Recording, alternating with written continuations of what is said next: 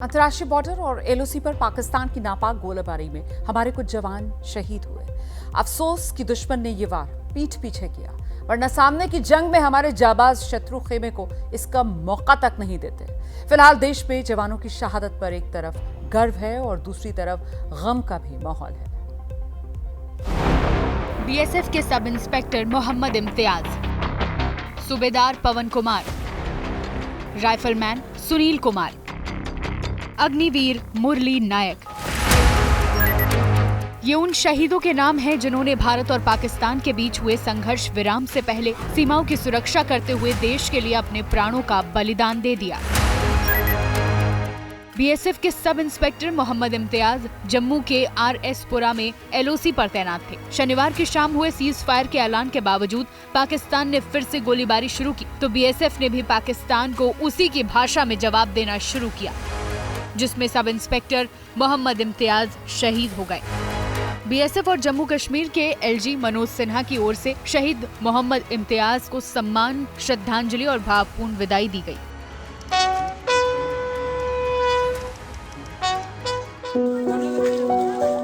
लेकिन बेटे के बलिदान की खबर बिहार पहुंचने के बाद से शहीद के परिवार ही नहीं, पूरे गांव में मातम है।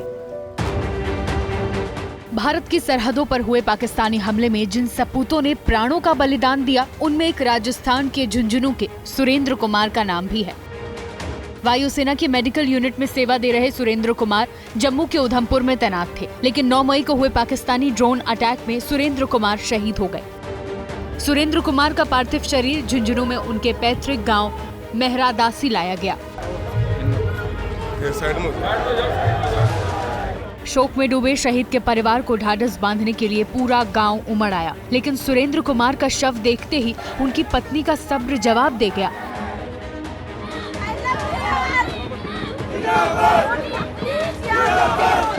शहीद सुरेंद्र कुमार का अंतिम संस्कार उनके 8 साल के बेटे दक्ष ने किया, लेकिन सुरेंद्र कुमार के बलिदान से आहत बेटी वृतिका ने पिता को अंतिम विदाई देते वक्त कहा कि वो भी उन्हीं की तरह सैनिक बनेगी।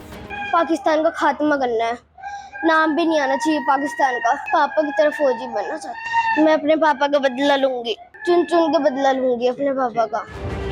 2 दिन पहले 9 मई को पाकिस्तान की ओर से हुए ड्रोन हमले में राजौरी में एलओसी पर तैनात सेना के सूबेदार पवन कुमार ने भी प्राणों की आहुति दे दी। हिमाचल प्रदेश के कांगड़ा के रहने वाले शहीद पवन कुमार 2 महीने बाद ही रिटायर होकर अपने गाँव लौटने वाले थे, लेकिन दुश्मनों से लोहा लेते हुए सूबेदार पवन कुमार बुरी तरह घायल हो गए और शनिवार को इलाज के दौरान उनकी मौत हो गई, जिसके बाद तिरंगे में लिपटा शहीद का शव शाहपुर पहुंचा तो पूरा गांव अपने बेटे को आखिरी विदाई देने के लिए उमड़ आया। पाकिस्तानी के खिलाफ दिखाए गए पराक्रम में भारतीय सेना ने अपनी 26 साल के जवान मुरली नायक को भी खो दिया। 8-9 मई की रात हुई पाकिस्तानी फायरिंग में आंध्र प्रदेश में रहने वाले मुरली एलओसी पर क्रॉस बॉर्डर फायरिंग में शहीद हो गए। इकलौते बेटे की शहादत की खबर मिलते ही पूरा परिवार सकते में आ गया, क्योंकि मुरली ने माता पिता से जम्मू कश्मीर में तैनाती की बात छिपा रखी थी और बेटे का पार्थिव शरीर पैतृक गांव पहुंचा तो तिरंगे में लिपटे बेटे को देखते ही माता पिता सुध-बुध हो बैठे।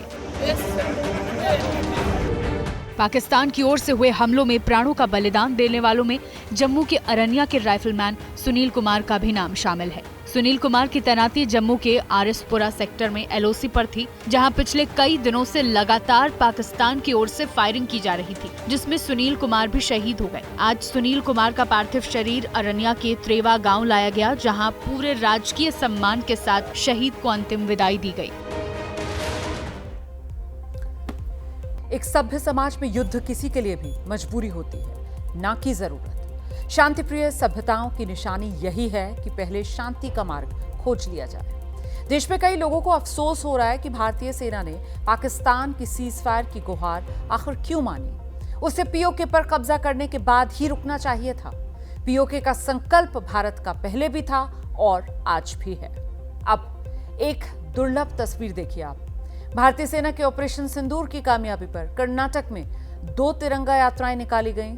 बेंगलुरु में बीजेपी ने ये यात्रा निकाली तो वहीं कर्नाटक के विजयपुर में कांग्रेस ने तिरंगा यात्रा निकाली। दोनों ही यात्राओं का उद्देश्य एक था, अपने देश की सेनाओं के पराक्रम को सलाम करना और आतंक के खिलाफ एकजुटता दिखाना। ऑपरेशन सिंदूर अभी ऑन है और हो सकता है कि ये ऑन ही रहे तब तक जब तक आतंकवाद का हमारे पड़ोसी देश से पूरी तरह सफाया ना हो जाए। तो ऑपरेशन सिंदूर इसलिए भी ऑन रहेगा क्योंकि सियासी मतभेद भुलाकर अरसे बाद देश के तमाम राजनीतिक दल आतंकवाद के खिलाफ साथ खड़े हैं और पूरे 140 करोड़ हिंदुस्तानी भी एक साथ आए हैं। जनहित देख रहे थे आप एबीपी न्यूज पर। अब मुझे इजाजत दीजिए, खबरों का सिलसिला लगातार जारी है।